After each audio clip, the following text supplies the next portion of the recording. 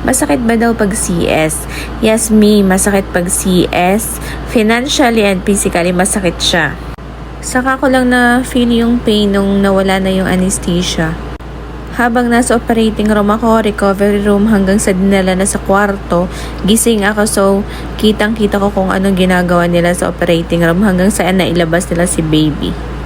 Tapos, nung nakalabas na kami ng ospital, nasa bahay na kami, dami ko nang nararamdamang sakit. Masakit yun dito sa may tahi ko, hindi ako makahiga ng ayos. Yun, hindi ako makakilos ng ayos. Tapos, mga after 2 weeks, yun, okay na yung sa may tahi ko, wala na akong nararamdaman na pain. Nasabi ko din na masakit siya financially kasi sobrang mahal nga pag CS. Pero okay lang naman kasi pag nakita mo naman si baby, sobrang worth it yung binayaran mo.